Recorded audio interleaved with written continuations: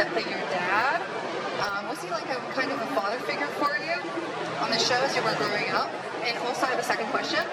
I know you ate a lot of pudding, so were you grossed out?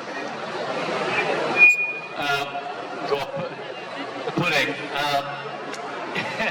You know, it's so funny with that scene because I still get pudding to this day. People still come and bring me things of pudding. And we shoot the scenes like they're just like nothing, you know, but then like there's some some scenes like that just stick with people and they just like, you know, oh, he must love pudding because he ate it in that one scene. I'm kind of like on pudding. Like, it's just, you know, it's it. But Andrew Lincoln, well, I'll let you... Non, ok. Yeah. Thank you. Yeah. Les gens croient qu'il aime bien le... Okay, question, yes. Hi, what was it like to work with Greg Nicotero? Because he seems very passionate. Man, he's such a pro.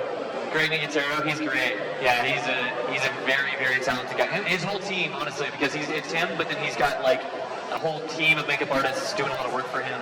And that's who I have to work with a couple of his, like the members on his team the most, and because he's usually like helping out with pre-production or directing an episode or something. So a lot of the makeup stuff that I did, like the eye makeup and everything, was done by, you know, people that were helping him. And I mean, they're all just such great people and just have a really like, you know, deep and talented eye for those things, you know. And yeah, it's just so great. Who is he in this series? Greg Nicotero, he is he was the head of special effects and makeup, and he went on to direct a whole bunch of episodes, and I think he ended up becoming a producer for the show at one point, and directs like spent like a whole bunch of stuff now. Yeah. Travailler avec le prix dans la vraie vie. Not professional, let's say. Yeah, I know. I'm trying to think of like of just life.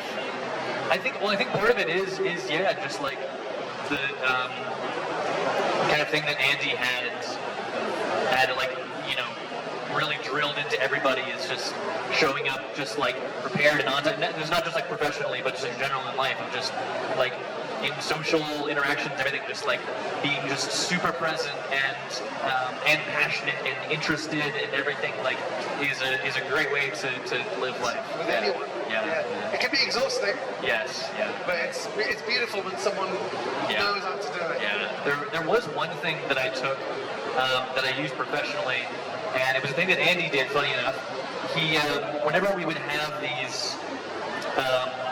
Like just like deep and emotional, or most scenes in general actually, because they're all deep and emotional.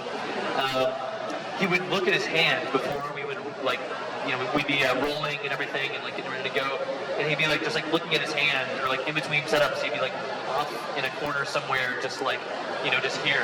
And then at one point I was like, "What are you looking at? Like, what's in your hand?" And he said it was a thing he just picked up from his acting school, which is. For some reason, just looking at your hand just like helps drown out everything else and just gets you focused on you, on just like this. You know what I mean? And so it like helps him just like focus and center and just like help get into character. And so I've since used that like everywhere. Just that like, you know, just like really trying to block out everything and then like taking measurements for focus or trying to do whatever. It's been really helpful to just have a nice little cheat card in my back pocket of just like hand. Yeah. Which character do you think had the better evolution out of all the characters in Walking Dead? Man, I love Michonne's arc. I mean, she's my favorite character, but just watching, you know, this person go from this like just trusting nobody, just like on her own, and just it taking so long for her to like open up and to, you know, learn to trust people again was just such a cool thing to watch and to be a part of too. I mean, Carl was like a part of helping her open up in that way. So yeah, Michonne. De voir Michonne grandir. From Rick, what will be the reaction of Carl about the judgment, the mental of Rick, and when you come back? So, like, what if Carl was still around? Like, what would his reaction be if, you know, finding out about all the stuff with Rick? I mean, I think Carl, you know, would be right there with Michonne, like trying to find him and trying to like track him down and help him like do all the stuff that he did in The Ones Who Live, you know. So I don't know. I don't think he would. I think he would just like feel really sympathetic for his dad for just like enduring all of that and not giving up. You know. And so it's. I think he'd be proud of him. Yeah.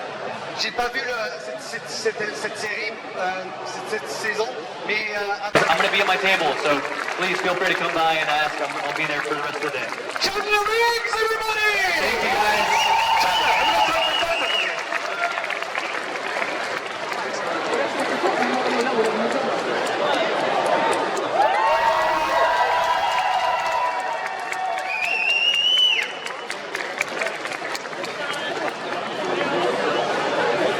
Merci mesdames et messieurs, break.